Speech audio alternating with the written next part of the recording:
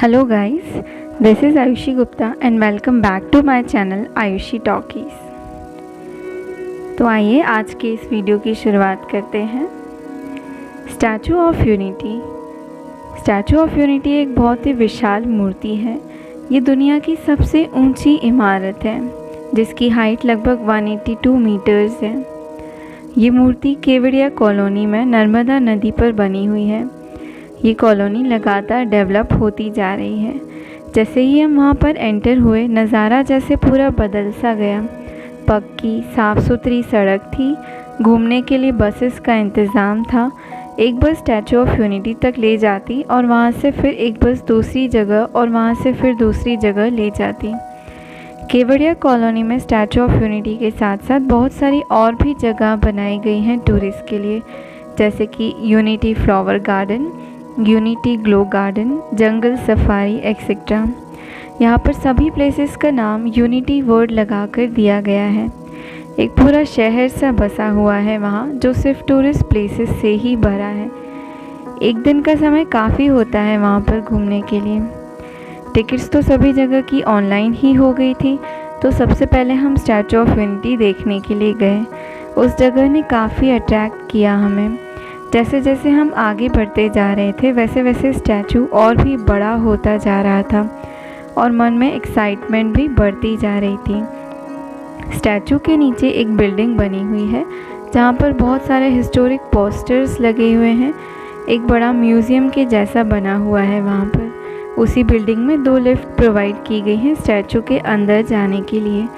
सभी को टिकट्स में कुछ टाइम अलॉट किया होता है, उसी टाइम पर हम लिफ्ट के थ्रू स्टैचू के अंदर जा सकते हैं। लिफ्ट इतनी फास्ट है कि कुछ ही सेकंड्स में हम स्टैचू के टॉप पर पहुंच जाते हैं और हमें पता ही नहीं चलता। ऊपर पहुंचकर हमने मूर्ति के फ्रंट और बैक साइड से आसपास का नज़ारा देखा। व्यू इतना खूबसूरत होता है कि नज़रें वहां से हटने का नाम ही नहीं लेती।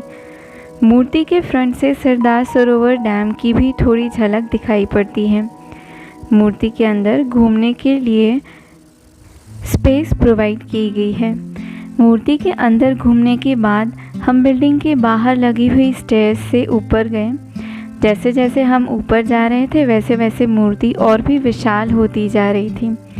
हमने यहाँ पाया कि एक इंसान अगर उनके पैरों के पास खड़ा हो जाए तो वह उनकी पैर की एक उंगली के बराबर भी नहीं होगा।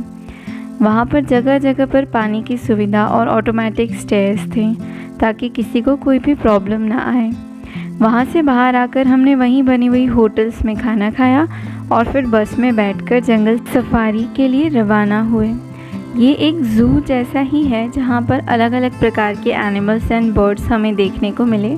कुछ कुछ एनिमल्स तो इतने क्यूट थे कि उनका फ़ोटो लिए बिना रहा ही नहीं गया। ज़ू काफ़ी लंबा था और गर्मी भी बहुत थी, पर वहाँ से आने का मन ही नहीं कर रहा था। उसके बाद हम वहीं थोड़ा आगे बने वैली ऑफ फ्लावर्स देखने गए। यहाँ पर अलग अलग प्रकार के और अलग अलग रंगों के फ्लावर्स थे। वहीं पर unity glow garden, unity cactus garden, unity butterfly garden और भी बहुत कुछ था घूमने के लिए। वहाँ से बाहर निकलकर हम बहुत थक गए थे, तो थोड़ी देर डैम के सामने घास पर बैठकर आराम किया। शाम का वक्त था, लाइटिंग शो का टाइम हो गया था। स्टैचू ऑफ यूनिटी का लेज़र लाइट शो वाकई बहुत शानदार होता है। अंधेरे में मूर्ति के ऊपर अलग अलग रंगों की लेज़र लाइट से अलग अलग आकृतियाँ बनाई जाती हैं। बहुत ही सुंदर नज़ारा होता है। लेज़र लाइट के माध्यम से ही मूर्ति की बनावट को भी दर्शाया गया था। नज़ारा बहुत ही आकर्षक होता है। करीब आधे घंटे का शो था। उसके बाद हम जैसे ही बाहर निकले, नज़ारा जैसे पूरा बदल ही गया। पूरा शहर लाइट से जगमग था। शहर का कोई ऐसा कोना नहीं था जहाँ पर बिजली ना हो। देखकर ऐसा लग रहा था जैसे वो कोई शहर नहीं बल्कि एक फन सिटी हो। मज़ा आ गया। फिर उसके बाद हम पोइचा के लिए रवाना हुए, जहाँ हमने नाइट स्टे किया।